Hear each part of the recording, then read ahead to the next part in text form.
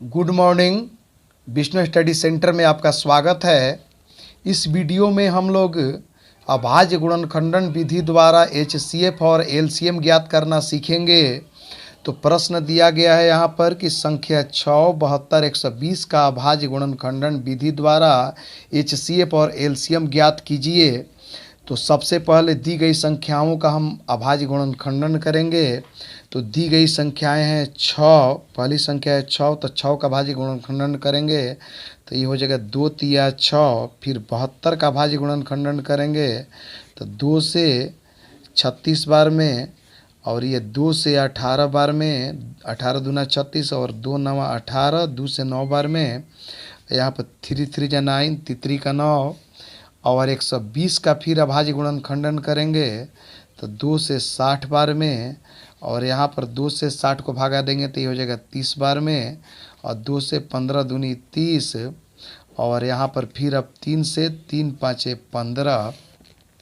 तो अब अभाज्य गुणनखंडन करने के बाद 6 का भाज्य गुणनखंड यहाँ पर लिखेंगे 2 के पावर 1 गुणे 3 पावर 1। 72 का भाज्य गुणनखंडन लिखेंगे तो 2 ध्यान देंगे, 1 2 3, 2 पावर 3 और 3 के पावर 1 2, 3 पावर 2 है।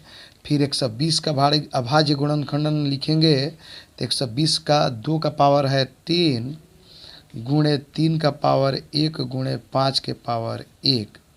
अब यहाँ पर लिखेंगे HCF बराबर, तो जब HCF महत्तम समापवर्तक ज्ञात करना हो तो वही पद लेते हैं जो सभी में गुणनखंड हो, यानी सभी में कॉमन हो और जिसका पावर सबसे कम हो। तो ध्यान देंगे सारे पदों में 2 कॉमन है और 2 का सबसे पावर कम क्या है, तो 2 का पावर 1 है, 2 के पावर 3 है, 2 के पावर 3 है, तो 2 का सबसे कम पावर 2 है, इसलिए 2 का पावर 1 गुणे।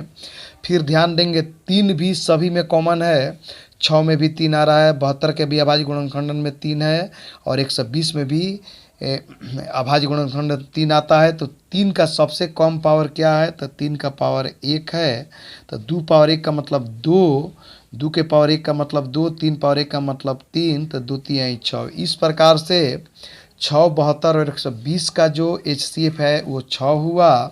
अब हम लोग LCM निकालेंगे। तो LCM निकालने के लिए LCM बराबर यानी कि लॉसा बराबर होता है प्रत्येक अभाज्य गुणनखंड की सबसे बड़ी घात। हमें इसमें एक भी अभाज्य गुणनखंडन नहीं छोड़ना है और सबसे बड़ा घात लिखना है। तो 2 का सबसे बड़ी घात 2 के पावर 1, 2 का घात 3, 2 का घात 3, तो 2 का सबसे बड़ा पावर है 3, और 3 को भी एक भी पद छोड़ना नहीं है, तो 3 का सबसे बड़ा घात है 3 पावर 2, और 5 का सबसे बड़ा घात है 5 पावर 1। 2 के पावर 3 को गुणा करेंगे तो 2 गुणे 2 गुणे 2 3 बार, 3 को 2 बार गुणा करेंगे तो 3 गुणे 3 और गुणे 5। तो जब गुणा करेंगे तो 2 दूने 4, 4 दूनी 8 और 3 के 24, और 24 में 3 से गुणा करेंगे 24 या 72, अब 72 में 5 से गुणा करेंगे तो 72 5 360। इस प्रकार से जब हम लोग 6, 72 और 120 का LCM और HCF निकाले तो हम लोग को HCF मिला 6 और LCM मिला 360। इसी विधि का प्रयोग करके हमें अन्य संख्याओं का भी HCF और LCM हम ज्ञात कर सकते हैं।